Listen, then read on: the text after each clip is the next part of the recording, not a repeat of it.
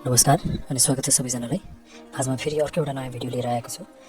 यसमा चाहिँ हामीले घरैमा सजिलो र सरल तरिकाले कसरी गडौले मल बनाउन सक्छौँ भन्ने बारे छ। यसको लागि चाहिँ हामीलाई चाहिने सामग्रीहरू भनेको एउटा सानो भाँडो अथवा एउटा गमला लिँदा पनि हुन्छ, या आफ्नो घरमा निस्किने फोहोरहरूको मात्राको अनुसार तपाईँले जत्रो साइजको एउटा भाँडा लिँदा पनि हुन्छ। र त्यस पश्चात चाहिँ यो गडौले मल बनाउनको लागि पहिले चाहिने भनेको तलपट्टि उनीहरूलाई चाहिँ एउटा बस्नको लागि तलपट्टि एउटा बेड बनाइदिनुपर्छ। बेड भन्नाले यसमा चाहिँ बेडको अर्थात् भाँडाको तल्लोपट्टि भागमा चाहिँ उनीहरूलाई बस्नको लागि एउटा वासस्थान बनाइदिने, जस्तै कि कुनै पनि कार्टुन या कागज या परालहरूले एउटा लेयर बनाइदिने जसमा चाहिँ उनीहरू बस्न सकोस्। त्यसपछि हामीलाई अलिअलि माटोको पनि जरुरत हुन्छ। यो चाहिँ मल बनाउनको लागि चाहिँ हामीलाई अलिकति मल बनाउने प्रक्रियालाई तीव्रता दिन्छ, जस्तै कि अब माटो अथवा छ भने अलिकति गोबर, यो सबै भन्ने चाहिँ अप्सनल कुराहरू हो।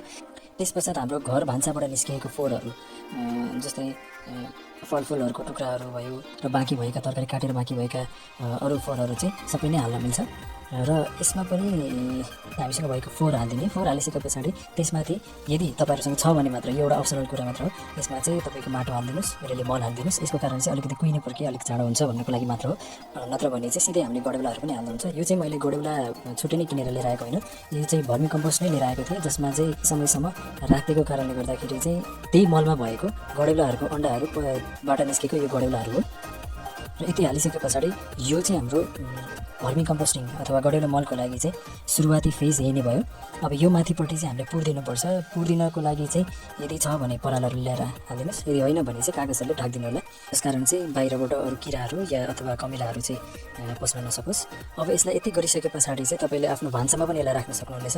हामीले बेला बेलामा के याद गर्नुपर्छ भने गडौला मल बनाउनको लागि चाहिँ गडौलाको मललाई धेरै चलाइराख्नु हुँदैन। अरू एउटा टाइममा चाहिँ हामीले पानीहरू छर्किदिने गर्नुपर्छ, किनभने गडौलाहरूलाई चिस्यान चाहिने हुन्छ। त्यसकारण चाहिँ हामीले गमलाभित्र भएको फोहोरहरूलाई चाहिँ सुक्खा हुन दिनु हुँदैन। यदि सुक्खा भयो भने गडौलाहरू मर्ने गर्दछ। यो चाहिँ 7 दिन पछाडिको हाम्रो गडौला मल बनिरहेको प्रक्रिया हो। यसमा चाहिँ लगभग 1/4 भाग चाहिँ कुहिन सकेको र मल बन्ने प्रक्रियामा भइरहेको छ। यो गडौलाहरू चाहिँ एकदमै संवेदनशील भएको हुनाले गर्दाखेरि मलहरूलाई हामीले धेरै चलाइराख्नु हुँदैन।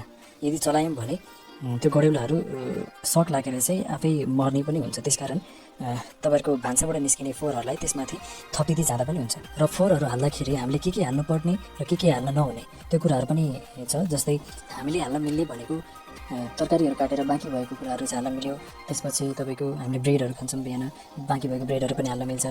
फलफुलको बोक्राहरू पनि हाल्न मिल्यो। बाँकी भएको चियापत्तीको दानाहरू पनि हाल्न मिल्छ।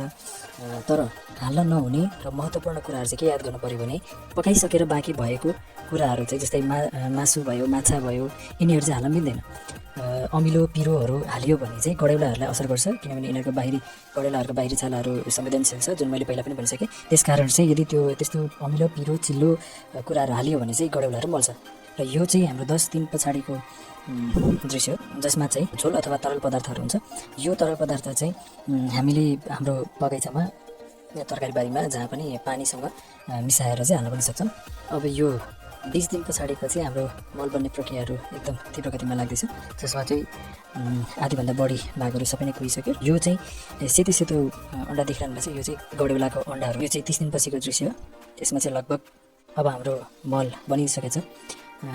कुहिने प्रक्रियाहरू सबै सकिसक्यो। अब गडौलाहरूले चाहिँ त्यसलाई मलमा परिणत गरिरहेको छ।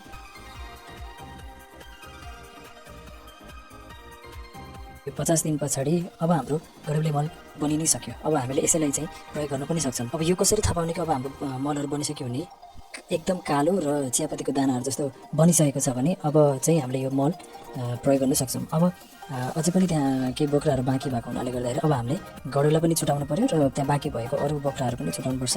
यसको लागि चाहिँ मलहरू छुटाउने प्रक्रिया हुन्छ, जसमा चाहिँ केही समयको लागि सबै मल एक ठाउँमा थुपारिदिनु होला। एउटा चुली जस्तो बनाएर चाहिँ यसलाई राखिदिनुपर्छ। यो चुली बनाउनुको कारण चाहिँ के हो भने चुली बनाए पछाडि गडौलाहरू जहिले पनि मलको माथिपट्टिको भागमा होइन कि तल्लोपट्टिको भागमा जाने गर्दछन्। त्यसकारण हामीले बाहिर अलिकति उज्यालो भएको ठाउँमा लगेर यसरी चुली बनाएर राख्यौँ भने चाहिँ सबै गडौलाहरू तलको भागमा जाने गर्दछन् र माथिपट्टिको हामीले निकालेको भनेको मात्र मलहरू हुने गर्दछ।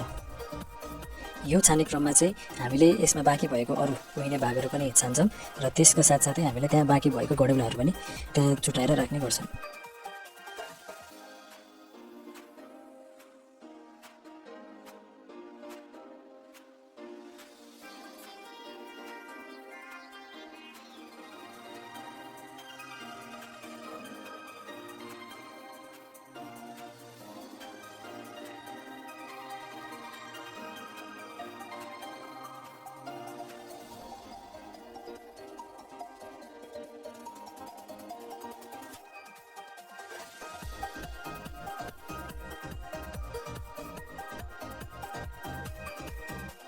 र यसमा त्यहाँ देख्न सक्नुहुन्छ सानो सानो गडौलाहरू अझै नयाँ नयाँ गडौलाहरू आउँदैछ र त्यहाँ बाँकी भएको अरू अन्डाहरू पनि छ जसबाट चाहिँ अरू नयाँ गडौलाहरू चाहिँ उत्पादन हुनसक्छ।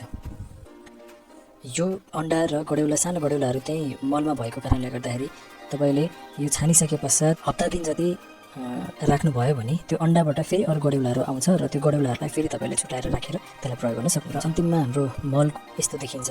यसलाई चाहिँ हामीले ब्ल्याक गोल्ड पनि भन्छौँ, कालो सुन पनि भन्ने गर्दछौँ, किनभने यो मल अरू मलहरूभन्दा 5 गुणा बढी न्युट्रिएन्ट रिच मल हुने गर्दछ।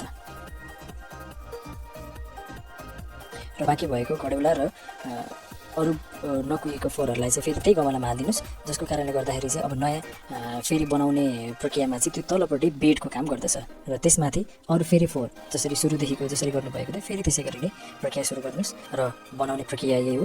आशा गर्दछु यो भिडियोले गडौले मल कसरी बनाउने भन्ने जानकारी तपाईँहरूलाई प्राप्त भयो होला।